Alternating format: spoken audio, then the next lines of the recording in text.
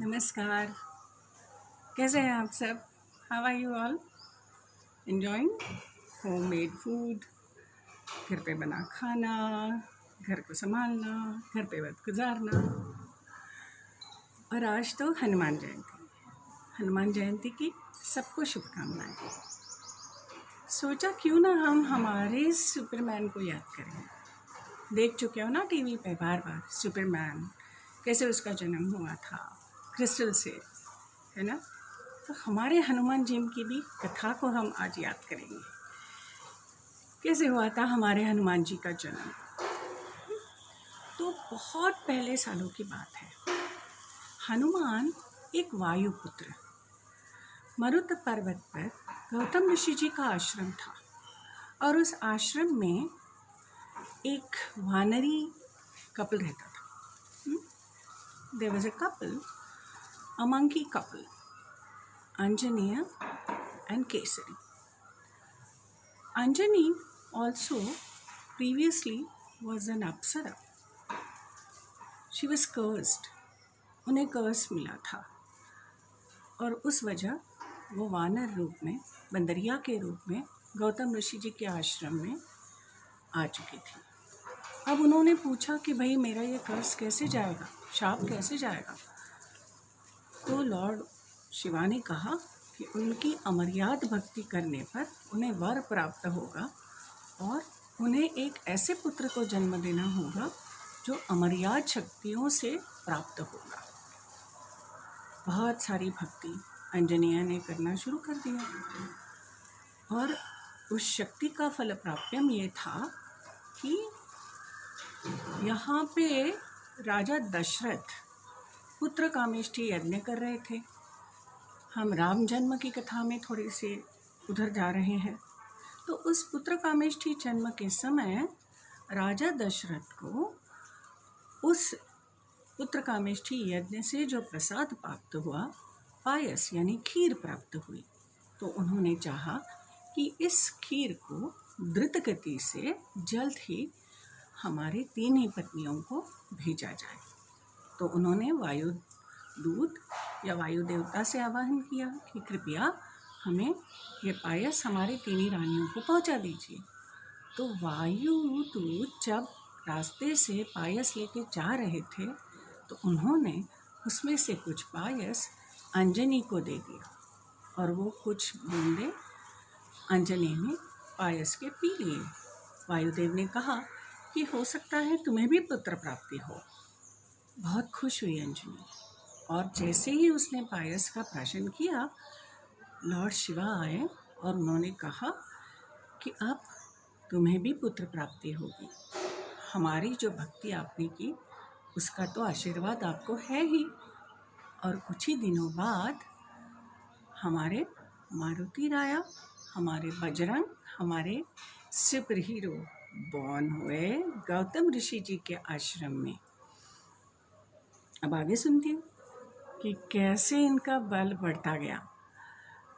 जैसे ही उनका जन्म हुआ, उनका केसरी और अंजनी ने नाम रख दिया बजरंग। बजरंग यानी a man with a iron body, so strong. By birth only he was very strong. He had amazing powers. उनकी भूख क्षमती नहीं थी। दिन भर माता अंजनी उनके खाने का प्रबंध करती रहती। अभी भी दिन भर अपनी माता, आपकी माताएं भी यही करती होगी ना, कैसे बिताए दिन, कैसे खिलाते रहे इनको दिन भर, बस उसी तरह। एक दिन पिता केसरी कहे कि हमें बहुत दूर जाना है कुछ काम के लिए, हम आएंगे दिन भर के काम के पश्चात। और माता अंजनी ने भी सोचा कि बजरंग सोए हुए हैं तो क्यों ना हम उसके लिए कुछ फलों का प्रबंध करें। इसीलिए माता अंजनी भी चली गई जंगल और थोड़ी देर में बजरंग भाई उठे और उन्होंने देखा, पूछने लगे, माँ कहाँ हो तुम? हमें तो बहुत भूख लगी है, कहाँ हो? माँ को पुकारते पुकारते उनका ध्यान सूरज की तरफ गया जो निकल ही रहे थे आसमान पर। और उन्होंने सोचा, अरे वाह कितना सुंदर फल है ये, पूरा रस भरित केसरिया रंग वाला। बड़ा फेवरेट कलर था हनुमान जी का, केसरी, हम भी पहने हैं आज सैफरन। तो वो केसरिया रंग की फल की तरह आकृष्ट हो गए और उनकी भूख से वो बेचार थे। तो उनकी अपनी वायु गति से, जो वायु देवता ने उन्हें ब्लेसिंग्स दी थी कि वो आकाश में उड़ पाएंगे, तो उस आकाश की तरफ उड़ने लगे और सूरज की तरफ बड़ी स्पीड से बढ़ने लगे। तब उसी दिन एक्लिप्स था, ग्रहण था। तो राहु, प्लैनेट राहु भी सूर्य देव की तरफ बढ़ रहे थे। तब अचानक उन्होंने देखा कि एक बालक, छोटा सा बंदर, उनके रास्ते के बीच आ रहा है। और बजरंग ने सोचा कि अरे इसे भी चाहिए ये फल, मैं तो इसे तंग करूँगा, मैं तो उसे ये फल देने नहीं दूंगा। तो उसने भी उस राहु को तंग करना शुरू कर दिया। जैसे ही उसने राहु को तंग करना शुरू कर दिया, राहु जी तो भड़क गए और उन्होंने इंद्र से कहा कि देखो इंद्र, ये कौन है जो हमें तंग कर रहा है, हमें आगे बढ़ना है, ग्रहण का वक्त हो रहा है। इंद्र भी आए और बोले अरे ये छोटा सा बंदर आपको तंग करा। और बड़े गुस्से से उन्होंने अपना आयुध निकाला, शस्त्र निकाला, जिसे हम वज्र के नाम से पहचानते हैं। और उन्होंने उस वज्र का आघात उसके चिन्ह पे किया और छोटा सा नन्हा सा बजरंग गिर गया। अब वहाँ से आए केसरी, वायुराज, और उन्होंने देखा कि बजरंग धरती पे गिरे हुए हैं। बड़ा गुस्सा आया, बड़ा क्रोध आया उन्होंने, और उन्होंने कहा देखता हूँ त्रिलोक में सब कैसे शांति से जी पाते हैं, मेरे बच्चे को इस धरती पर गिराकर। त्रिलोक, स्वर्ग, पृथ्वी, पाताल, तीनों लोक में मैं किसी को जीने नहीं दूंगा। और उसने तहलका मचा दिया। सभी घबरा गए और घबरा कर देव देवताएं ब्रह्मा के पास आए और ब्रह्मा को उन्होंने पूछा कि देखो ये वायुराज केसर है, वो हमसे संभाले नहीं जा रहे और त्रिलोक में त्राही त्राही मचा दी है उन्होंने, हमें कोई काम करने नहीं दे रहे हैं। अच्छा देखो इंद्र, अनजाने में तुमने बालक पे हथियार उठाया है। इंद्र भी बड़े लज्जित हुए। उन्होंने कहा हाँ ये गलती तो हमसे हुई है। तो ब्रह्मदेव अब क्या किया जाए? तो ब्रह्मदेव ने कहा कि जाओ और तुम जाकर केसर राजा की माफ़ी मांगो। तो ब्रह्मदेव ठीक ही कह रहे थे। तो ब्रह्मदेव, इंद्रदेव और काफ़ी सारे देव नीचे आ गए और उन्होंने कहा कि देखो केसर राजा, गलती से हमने इस निहत्थे बालक पर वार कर दिया, वज्रवार कर दिया, वज्रघात कर दिया, हमें माफ़ कर दो, यह अनजाने में हो गया है। और ब्रह्मा ने जैसे ही नन्हे से बजरंग को अपने गद्दे में ले लिया, उनको सूध आ गई। और वैसे ही बड़े विनम्र थे बजरंग, उन्होंने उठते ही सारे देवताओं को नमन किया। इंद्र भी बड़े खुश हो गए कि कितने गुणी बालक को मैंने आघात कर दिया था। इंद्र ने खुश होकर उन्हें वरदान दे दिया कि हे हनुमान, आज से ये वज्र भी तुम्हारा एक हथियार है और कोई भी हथियार का परिणाम इसके आगे तुम पर नहीं हो पाएगा। इसलिए और एक बल की प्राप्ति हनुमान को होगी। हमारे हनुमान जी सुपर हीरो ऐसे ही आगे बढ़ते लगे, फिर आश्रम में पढ़ने लगे। उनकी कुछ शिक्षा के पश्चात उन्होंने कहा कि हमें सारे वेद भी सीखने हैं। तो उनके पिता ने कहा कि बेटा, ये वेद पढ़ाने के लिए तो हम सक्षम नहीं हैं, तो उसके लिए आपको सूर्य देवता ही पढ़ा सकते हैं। तो वो चले सूर्य देवता के पास। सूर्य देवता ने उनसे कहा कि देखो फिर से आए हो मुझे खाने? तो बोले नहीं नहीं, हम तो आपसे सीखने आए हैं, आप हमें भी वो वेद शक्ति पढ़ाएं जो आपने 600 ऋषियों को पढ़ाई हुई है।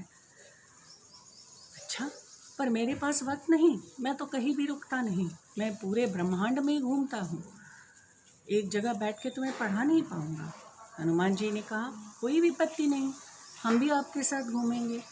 हाँ, और एक बात, हम एक बार ही सिखाएंगे, बार बार नहीं सिखा सकते।